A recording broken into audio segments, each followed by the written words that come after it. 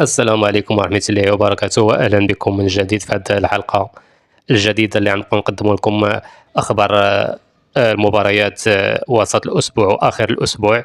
اللي عجبته هذه الحلقة يبارك على جيم ويدير لنا شي كومونتير زوين باش نقدم لكم الأخبار ديال السيمانة الجاية إن شاء الله. اليوم غنقدم لكم مباريات ديال نهار الثلاث ديال غدا. راه كاين أول جولات دوري أبطال أوروبا، وكاين ماتشات ديال البطولة الوطنية المغربية. نبداو مع أول ماتش، الأتليتيكو دو بلباو مع الأرسنال في أول جولات دوري العصبة الأوروبية. غيكون مع ستالار في هذا الأتليتيكو هو اللي مستقبل.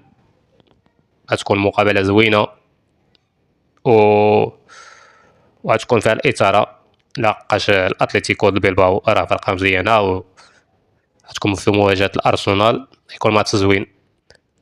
وعندنا البي اس في اندوفن مع سان جولواز ديال بلجيكا، غيكون حتى هو مع ستالارب حتى هو في أول جولات العصبة الأوروبية.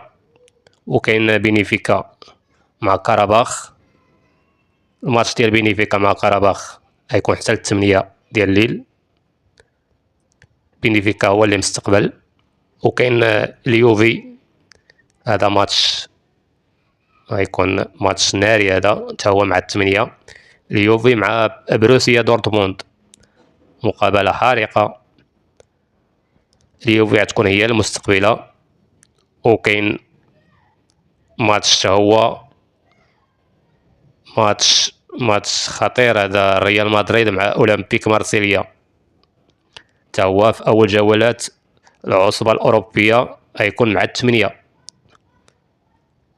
ونعاود نقول لكم كاين مدريد مع أولمبيك مارسيليا مع 8.